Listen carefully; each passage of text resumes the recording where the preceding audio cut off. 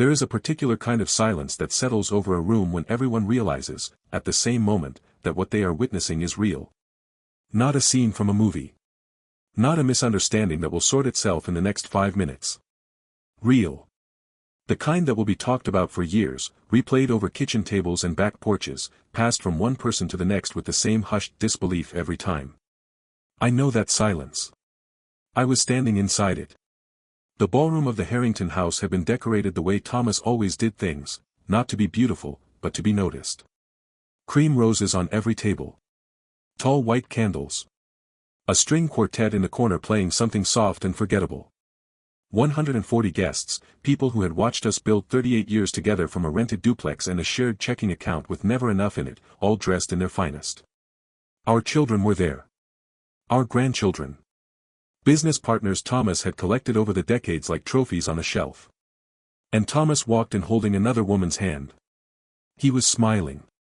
That is the detail I could not release for months afterward, the smile. Not nervous. Not ashamed. Confident. The smile of a man who has already decided how the next hour will go, and has not yet been told it will go differently. What he did not know was that the envelope inside my purse contained every word of a divorce filing that my attorney had spent 4 months preparing. What he did not know was that the forensic accountant I had quietly hired 6 weeks earlier had already found what he had tried to hide. And what he absolutely did not know was that I had been watching him build this moment for far longer than he had been building it. His name was Thomas Caldwell. For 38 years, I thought I knew every corner of that man. I was wrong about that. But by the night of our anniversary party, there was not a corner of him left that I had not mapped. And what happened next, not a single person in that ballroom was ready for. Before we go any further, let us know in the comments where you are watching from. We would love to hear from you. And if you are new here, click the subscribe button so you never miss any of our upcoming videos. My name, for the purposes of this story, is Carolyn. Carolyn Caldwell, née Marsh. I grew up in a small town in central Ohio, the second daughter of a hardware store owner and a woman who made the best pie crust in the county and never once let anyone forget it. I was not the prettiest girl in my graduating class or the one with the most ambition, but I was the one people trusted. Teachers trusted me with keys. Neighbors trusted me with their spare thoughts and their extra garden tomatoes. I had a quality that took me years to name. I noticed things other people had already decided not to look at. I met Thomas at a county fair when I was 22 years old and he was 25. He was selling insurance out of a folding table near the livestock barn, and the look on his face was so specifically the look of a man who believed he was meant for more than this that it made me laugh out loud. He heard me laugh. He turned around. And that was, as they say, that. We were married 11 months later in the Methodist church on Clifton Road where I had been baptized. My mother cried through the entire ceremony. Thomas's father shook my hand at the reception with both of his, which in that family was the equivalent of a standing ovation. We moved into a 2-bedroom rental on the east side of Columbus with a screen door that screamed every time it opened and a kitchen so small that Thomas had to step into the hallway if I needed to open the oven door. I loved that house in a way I have never entirely been able to explain. Thomas had an idea about commercial real estate insurance, a niche that the big firms weren't giving proper attention to at the time, particularly for mid-sized warehouse and distribution properties. He had seen it in his father's business dealings, a gap where companies were underinsured and didn't know it until something went wrong. He wanted to build a brokerage around it. He needed a loan, a desk, and someone willing to do the administrative work for next to nothing while the company found its footing. I left my job at the county assessor's office and took the desk. I want you to understand what that meant in practical terms. We did not take a vacation for the first 6 years. We drove the same car until the floorboard rusted through. I kept the books, answered the phones, negotiated with vendors, and came home at 7 in the evening to cook dinner on a stove that had 2 working burners.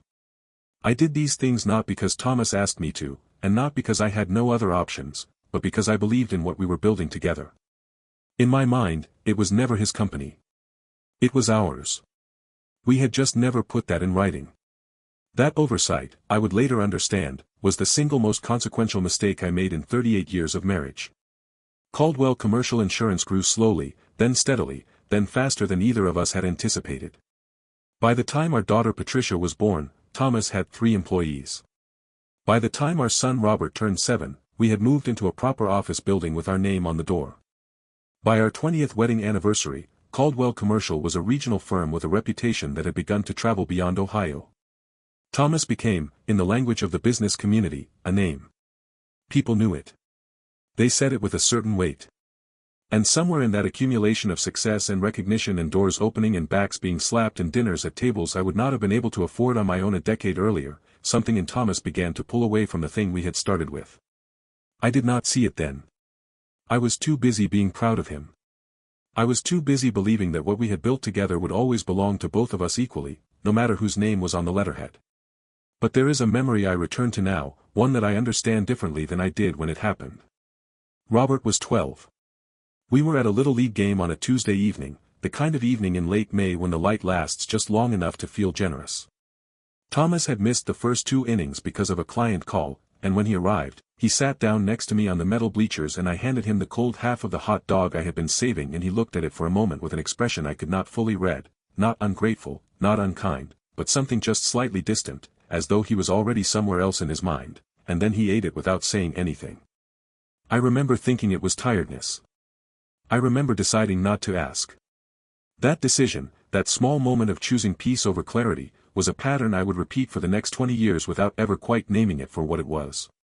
The changes, when they came, arrived the way most things that are trying not to be noticed arrive, slowly enough that each individual shift could be explained away on its own. Thomas had always kept his phone nearby, the way most businesspeople did. But somewhere in the year that Robert turned 32 and Patricia announced her second pregnancy, the phone stopped being left on the kitchen counter at night. It went with him to the bedroom. It went with him to the bathroom. He began angling the screen away from me with a smoothness that suggested practice. I noticed. I said nothing. I told myself that there were deals being worked, that he had always been protective of business information, that this was not new, and most of that was even true. It just was not the whole truth.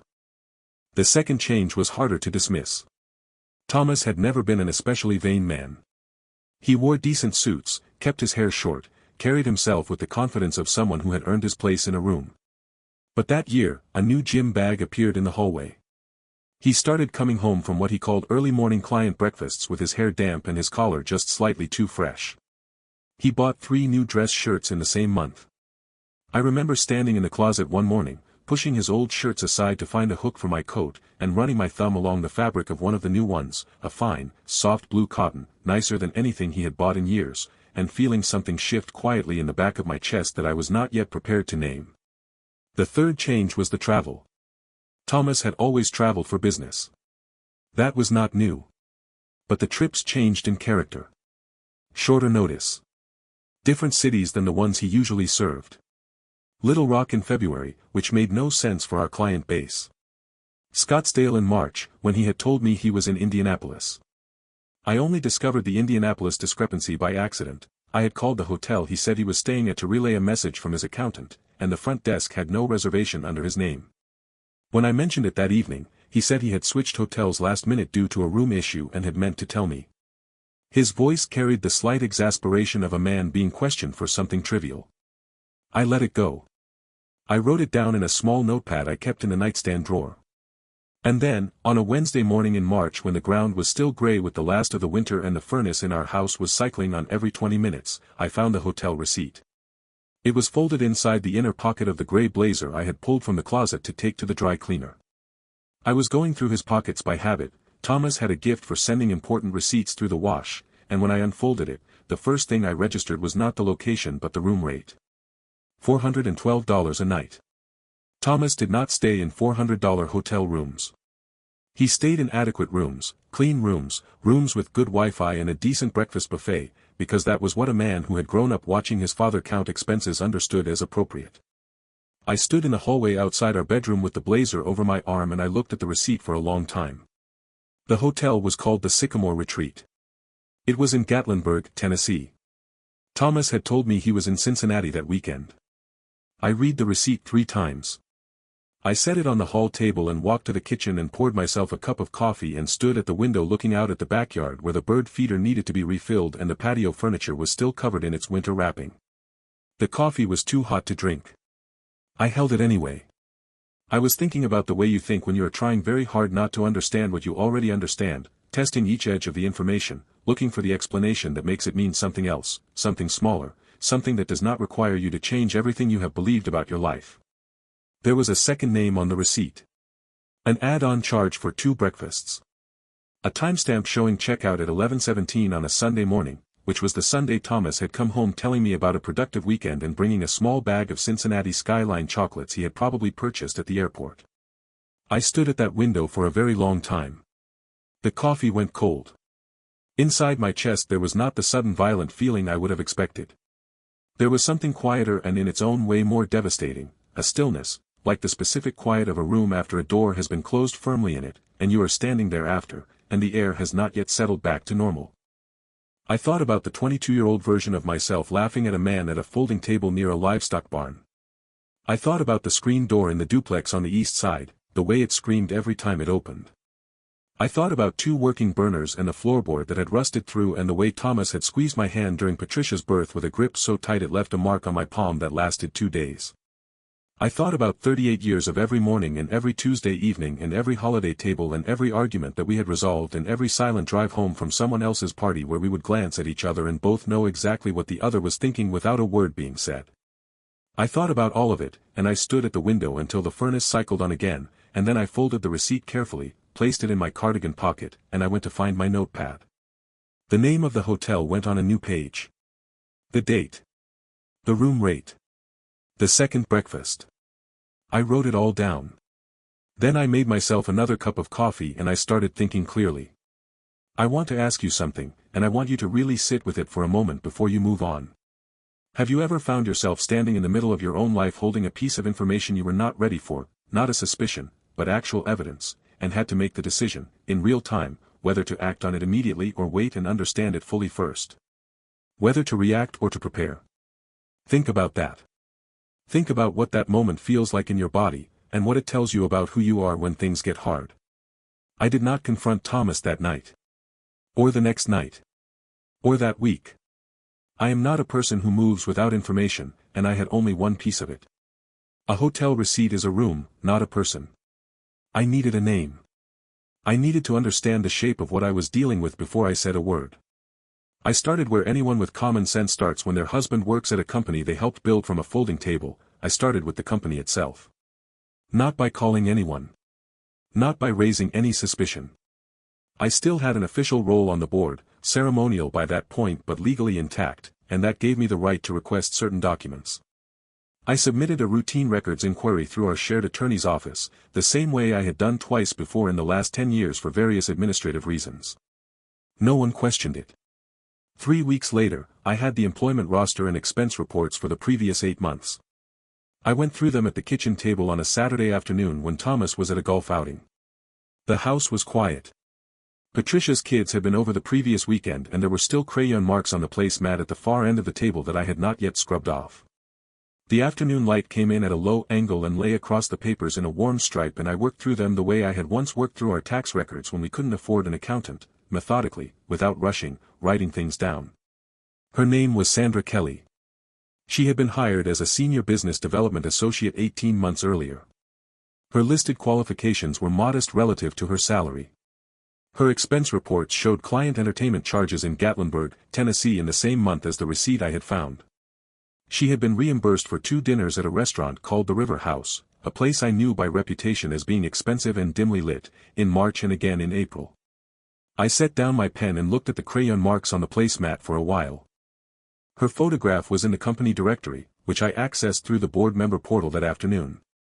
She was younger than I had expected, not by as much as I had feared, but by enough. Somewhere in her early 40s. Dark hair, a composed expression, the kind of professional photograph that is carefully calibrated to project competence and accessibility in equal measure. She looked like someone who knew how to read a room and how to make herself useful to the people in it. I looked at that photograph for a long time. Not with jealousy, though I acknowledged that somewhere underneath the layer of calculation there was something that deserved that name. What I felt primarily was a kind of expanded recognition, the feeling of a woman who has been looking at a locked door for months and has finally found a key that fits, even though opening the door reveals nothing she wanted to find on the other side. I thought about the way Thomas had leaned against the kitchen counter in the easy habitual way he had leaned there for decades, and how I had watched him with a still face and a running mind, and I thought about the blue cotton shirt and the gym bag in the hallway and the phone that went with him everywhere, and all of those details now rearranged themselves around a specific center, and the picture was complete and I could not unsee it. I thought, I am not angry at you yet, Sandra Kelly. I don't even know you. What I am is finished being unknowing. I got up from the table and walked to the kitchen and stood at the sink with the water running over my hands even though I had nothing to wash. The cold of it was grounding. I stood there long enough that the skin on my hands went from warm to cool and I became aware of my own breathing, steady and deliberate, the breathing of a woman who has decided not to fall apart in her own kitchen on a Saturday afternoon. Then I turned off the water and dried my hands on the dish towel and went back to the table. I photographed every relevant page with my phone. I went back through the expense reports and found 7 more instances of overlapping travel, dates that aligned with trips Thomas had described to me as solo, as business, as nothing I needed to know the details of. Each one, in retrospect, had its own small texture of untruth. A text that came in late on a night he said he was in a client dinner. A morning when his flight was listed as departing 2 hours later than he had told me to expect him home. Small things, individually ignorable. Together, they had a shape. I found a cell phone reimbursement for a device that was not listed in any official technology inventory. The reimbursement had gone through 3 months earlier under a line item labeled Field Communications Equipment. I wrote the reimbursement date, the amount, and the line item in my notepad and circled it. Then I found a consulting payment, $15,000, made to an LLC I did not recognize, authorized in Thomas's handwriting and approved without a countersignature, which was irregular for payments above $10,000 in the company's internal procedures. I sat with that last document for a long time. The LLC name meant nothing to me yet. I wrote it down. I wrote down the date and the amount and the authorizing signature and the absence of the countersignature. I noticed that my handwriting was slightly different from what it usually was, not shaky, but precise in a way that was careful rather than habitual. I noticed that the afternoon light had moved and I was sitting partly in shadow now and the warmth had left the room while I was working. I noticed that I was not afraid. I was something else entirely, gathered, maybe is the right word. Gathered the way a person draws themselves together before something that requires all of them. I closed the folder. I made myself a cup of tea. I sat with the low angle of the remaining light and I thought about what I was going to need, and who I was going to need to call. The next morning, I called Margaret Howell.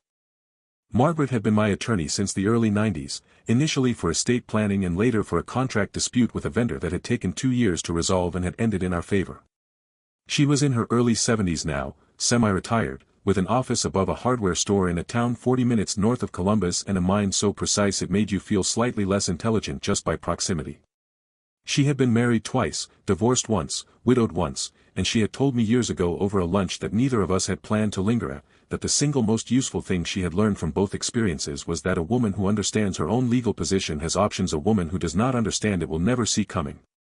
I had filed that away the way you file away things that are true but that you do not yet expect to need. I was wrong about the needing.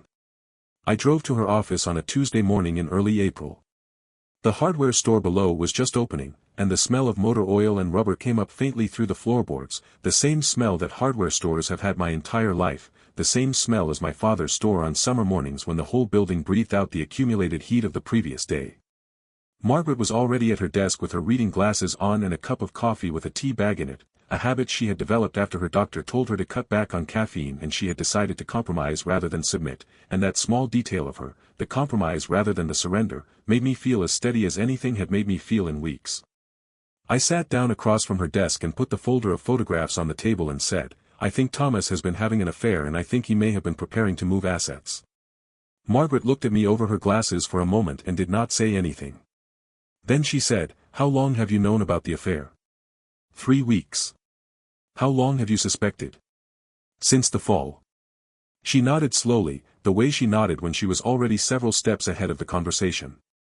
She pulled the folder toward her and began going through the photographs without hurry, turning each one to face her squarely before moving to the next.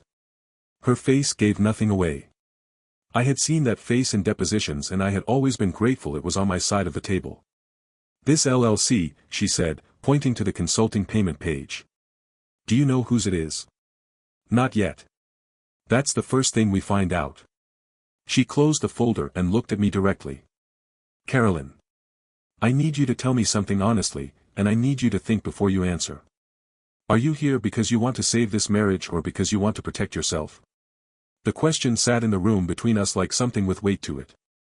Through the floor I could hear the faint noise of the hardware store opening, a bell over a door, a cash register testing, the particular low rumble of a space beginning its day.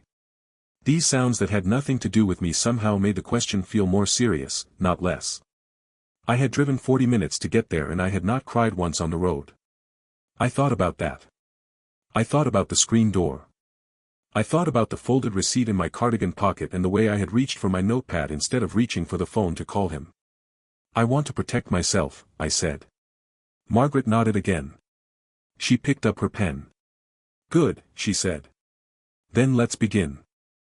What Margaret explained to me over the following 2 hours was not entirely new in concept, but it was new in its specific application to my life, and some of what she said made me sit very still in my chair while I absorbed it.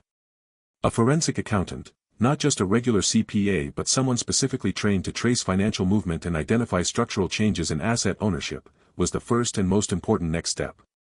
She had someone she trusted, a man named Gerald who had spent 20 years with the IRS before going private and who had a reputation for finding what people had convinced themselves was unfindable. The picture she laid out, carefully and without alarm but with a precision that left me no room for comfortable interpretation, was this: over the previous 3 years, Caldwell Commercial had undergone a series of structural reorganizations. Nothing dramatic, nothing that would flag in a routine review. But taken together, they pointed towards something deliberate. A holding company had been created.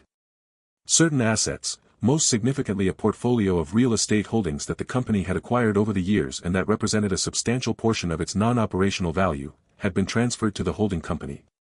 The holding company had, in subsequent months, quietly amended its ownership structure. Thomas held controlling interest. I held none. Or rather, that was what the paperwork was being arranged to show. Whether it was legally defensible was a different question, and one that Margaret believed had an answer in our favor, but only if we moved carefully and did not reveal our hand before we were ready. He's planning something, Margaret said, almost gently. This level of preparation doesn't happen without a reason for it. I drove home that afternoon through a landscape that looked ordinary in every direction, gas stations and fast food places and a grain elevator outside of town that I had driven past hundreds of times, and I thought about what she had not said outright but had made clear enough. Thomas was not just having an affair. He was preparing to leave. And he was preparing to leave in a way that would maximize what he walked away with. He wanted the party. He had announced it 3 weeks after my conversation with Margaret. A full celebration at the Harrington house, 150 guests, a string quartet, a dinner with 4 courses. Thomas had never once suggested doing anything elaborate for an anniversary. He had given me cards and flowers and one very good piece of jewelry and taken me to nice dinners, and that had always been sufficient for both of us. The sudden desire for a public celebration of 38 years together made no sense unless the celebration was not, at its core, for us. Our friend Raymond, a man who had known Thomas since their days in a Columbus business association and who had invested in Caldwell Commercial in its early years, called me one afternoon in late May with the careful hesitation of someone delivering bad news they wish they could return to sender. "Carolyn," he said, and then he paused long enough that I knew what kind of conversation it was going to be. "I've been seeing Thomas at some events with a woman from his company. He's been introducing her to people. Not as an employee. As a partner. His partner." Another pause. "I thought you should know." I thanked him. I told him I appreciated it. I sat with the phone in my hand after the call ended and I looked at the pattern in the kitchen floor tile that I had looked at for 15 years and I thought, he is planning to introduce her publicly at the anniversary party. That is what the party is for. Not to celebrate what we built. To announce what he is replacing it with. He wants an audience. I spent a long time thinking about what I wanted to do with that information. I could have asked Margaret to file immediately, before the party, in the quiet and controlled way that avoids spectacle. I could have confronted Thomas privately and let the thing collapse in private. I could have called Patricia or Robert and let the family know what was coming before it arrived in a ballroom in front of their colleagues and their friends and their grandchildren. Instead, I thought about something my mother had said to me once, after a neighbor had spent 2 years quietly spreading stories about our family that had damaged my father's business relationships until my father finally stood up at a church meeting and addressed them directly. My mother had said, "Some corrections belong in public because that is where the harm was done." I called Margaret. I told her to have the papers ready. I told her I would file at the party. She was quiet for a moment. "Are you certain?" she said. "I am certain," I said. "Then I want Gerald's full report in the envelope with them," she said. "Not a summary. Everything. And now I want to ask you something that I think deserves your honest attention. When you think about the 38 years that Carolyn had given to this marriage, the desk at the company, the cold half of the hot dog saved at a baseball game, the furnace cycling on at night while she stood at the window with cold coffee, do you believe that a person who makes those sacrifices is owed loyalty in return? Not as a transaction. Not as a contract. As a moral reality. We talk about trust in marriages as though it is fragile, as though it is easily damaged and difficult to repair. But what about the trust that is not dramatic, not declared in grand gestures, the quiet everyday trust of a person who simply shows up, year after year, and builds something alongside you and expects you to be building it together? What happens to that kind of trust when it is discarded? And what does the person who discarded it actually believe they are entitled to?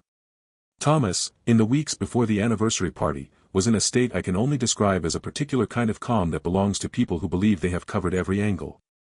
He was attentive. He was almost warm. He came home at reasonable hours, brought Patricia flowers when she stopped by for Sunday dinner, asked Robert about his kids with a genuine focus that had been absent for months. I watched all of it with a face I had practiced holding still and a mind that was running inventory on everything I knew. He came into the kitchen one evening while I was making tea and leaned against the counter in the way he had leaned against counters for 38 years and said, "Are you looking forward to Saturday?" "I am," I said.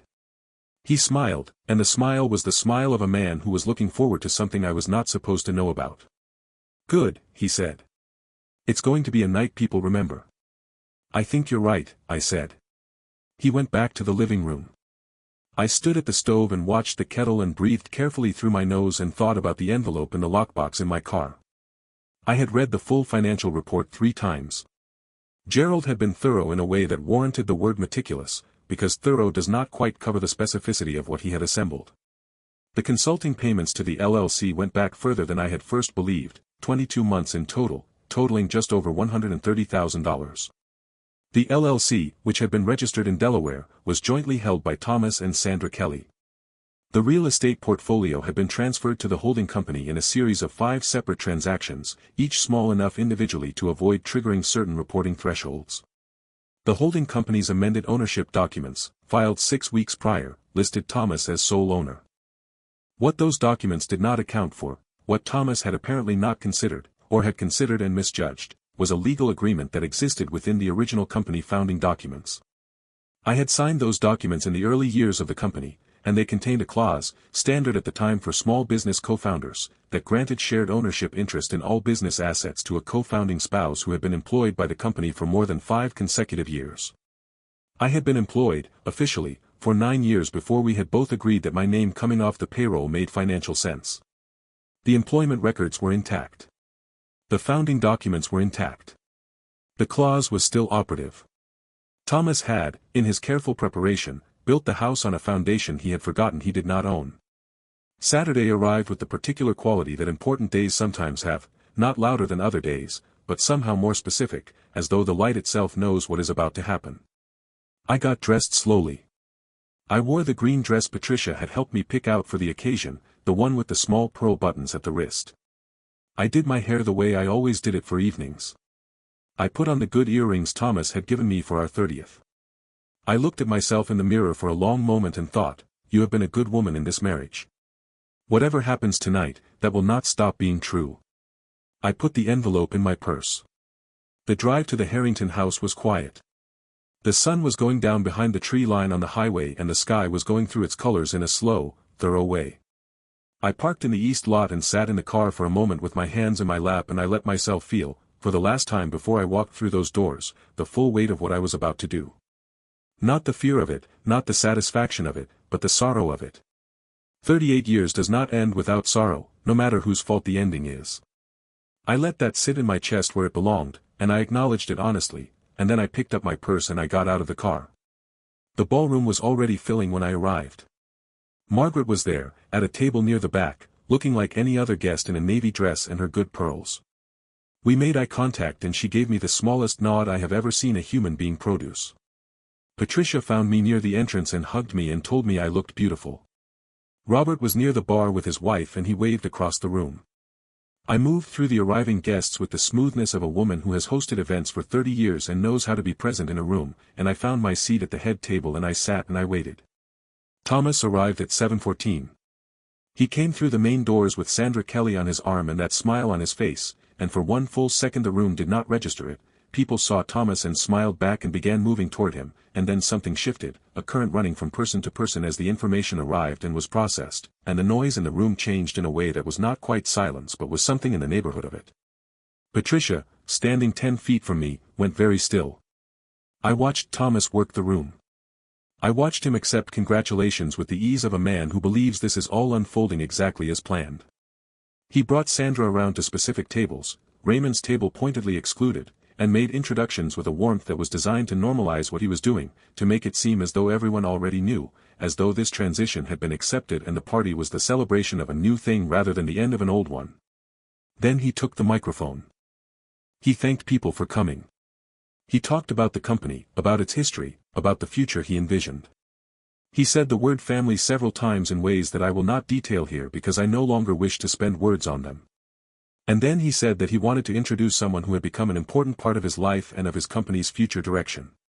He turned to Sandra. He said she was his partner. The room went to that silence I described at the beginning, the real kind, the one that knows the difference between a pause and a stop. I stood up. I am a small woman, 5'4", and I do not have a presence that fills rooms the way some people do.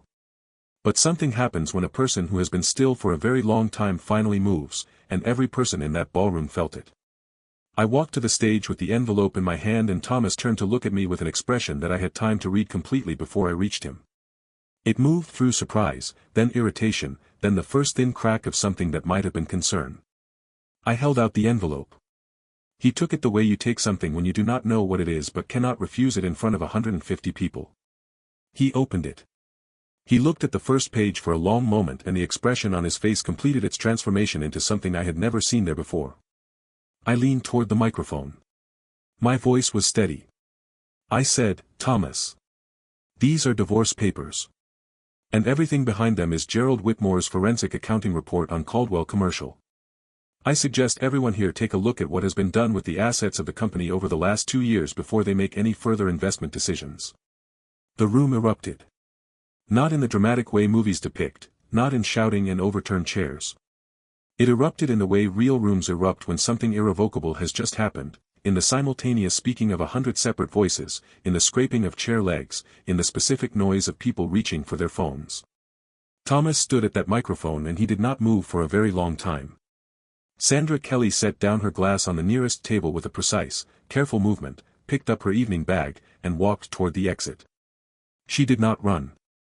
I will give her that. She walked with a composure that suggested she had already understood, somewhere in the last 30 seconds, that this particular plan was over. Now I want to ask you to stay with me for a few more minutes, because what happened after that night is in some ways more important than the night itself.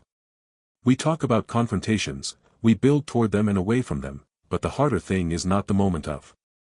The harder thing is the morning after, and the morning after that. Before I tell you about those mornings, I want to ask you this. Do you believe that justice and fairness are the same thing? Not legally. Not in the courtroom sense.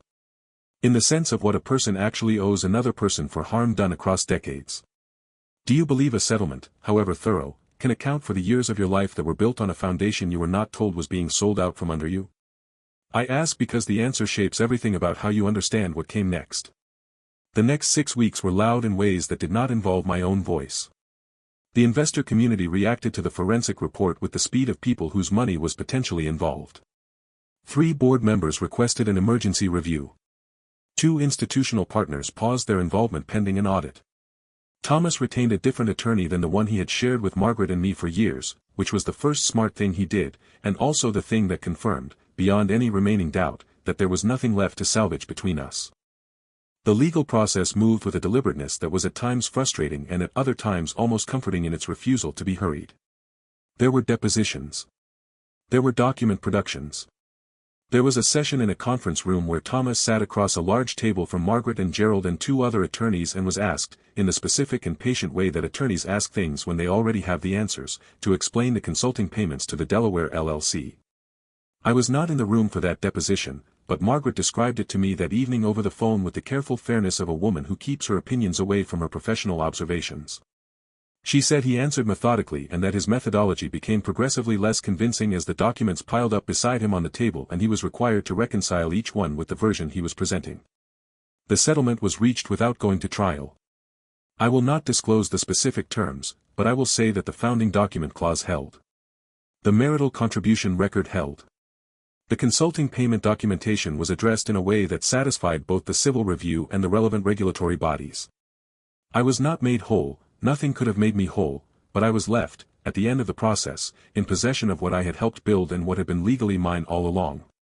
Thomas and his attorney negotiated away from the worst possible outcome for him by agreeing to terms that were substantially more than I might have won in a contentious trial. It was, in the end, the most pragmatic decision he made in the entire affair. Sandra Kelly quietly resigned from the company 2 weeks after the anniversary party. I have no information about where she went. I thought about her occasionally in those early weeks with a feeling I cannot classify neatly, not forgiveness, not anger, something more like the recognition that she had attached herself to a story that was already written and had ended the way it was always going to end. Robert, my son, had a harder time than Patricia. He and Thomas had a closeness that was built on a foundation of Thomas's particular version of fatherhood, provider, steady presence, man whose approval meant something, and the rupture of that story was for Robert a different kind of grief than the one I was carrying. He came to my house 3 weeks after the party on a Thursday evening and sat at my kitchen table with his coat still on and said, "Mom, I don't know how you stayed that calm." I poured him coffee and I sat across from him and I said, "I stayed calm because I had time to prepare. And because I knew that whatever I did in that room was going to be what my grandchildren heard about someday." He looked at his coffee for a long time. Then he looked at me. He said, "Were you scared?" And I thought about that honestly before answering. "Yes," I said. But not of him. Of whether I was making the right choice. Robert nodded slowly. He said, "You were." He said it the way men of his generation say things they mean but do not know how to say at full volume, and it was enough. Patricia already knew. Not the details, not the papers, not Gerald's report, but the essential shape of it. She had seen Thomas with Sandra at a company event 4 months earlier and had sat with that knowledge without bringing it to me because she did not know what bringing it to me would do. She told me this the Sunday after the party, sitting in my living room with a cup of tea she kept forgetting to drink. She said, "I should have told you." I said, "You should have. But I understand why you didn't." She cried. I held her hand. There was nothing else required. Thomas called me once, 6 weeks after the party. He said he wanted to talk. I told him, calmly and without heat, that everything there was to say between us had been said, and that further conversation would need to go through our attorneys. He was quiet for a moment. Then he said, "I'm sorry, Carolyn." I considered that sentence from every angle it had. Then I said, "I know you are," because I believed he was, and I said goodbye and I put the phone down and I stood in my kitchen for a long time in the particular quiet of a person who has just done something final. The first morning after the settlement was signed, I woke up at 6:14, which is when I have always woken up, and I lay still in my bed for a moment before it arrived, the realization that the weight I had been carrying for 11 months, the weight of knowing and not saying, of gathering and waiting, of holding the architecture of my response in my mind through every ordinary dinner and every ordinary morning, was simply gone. Not resolved into happiness. Not replaced by relief. Simply absent. And the absence of it was quieter than I had expected, and stranger. I had grown so accustomed to carrying it that its absence felt, for a few days, like losing something I had needed. The silence of no longer holding a secret is not the same as peace. Peace takes longer. But the silence itself had a quality I had not anticipated, not the silence of grief, which contracts around you, but something more like open air. In the 3rd week after the settlement, I had a conversation with my neighbor Dorothy Haynes, a woman of 71 who had lived in her house on my street for 30 years and whose husband had died the previous spring after a long illness and who had spent the first months of her widowhood with a particular kind of quietness that I had recognized from the outside without yet understanding from the inside. She came over one afternoon with a casserole, the way people in our part of the world mark the significant passages of each other's lives, and we sat on my back porch and talked for 2 hours. At some point Dorothy said something that I have thought about many times since. She said, "The hardest thing is relearning how to want things just for yourself. Not for your marriage. Not for your family. For you. She said it with the slight difficulty of someone who had recently learned this lesson from scratch, and it landed in me the way true things land, not with fanfare, but with the quiet recognition of something you already knew and had never yet articulated. 2 months after the settlement, I called my college roommate Eleanor, who had moved to Asheville, North Carolina, 20 years ago and whom I had visited exactly 3 times since and promised to visit more often each time. I told her I was coming for a week. I drove. I took the Blue Ridge Parkway south from Roanoke, and the light on the mountains in the morning was the kind of light that makes a person feel, without being able to explain why, that the world is still fundamentally generous. Eleanor met me at her front door with a bottle of wine already open, and we sat on her porch that first evening and talked until midnight, and I said things out loud that I had only previously thought, and the act of saying them, hearing them exist in the air between 2 people rather than in the privacy of my own head, had an effect I can only describe as structural. As though the stories we tell only to ourselves have a ceiling, and the stories we finally say out loud have none. I want to tell you what I chose to carry forward. I chose to carry the memory of what it felt like to build something from nothing with a person you loved. Not because the love survived, it did not in the form I had known it, but because the building itself was real.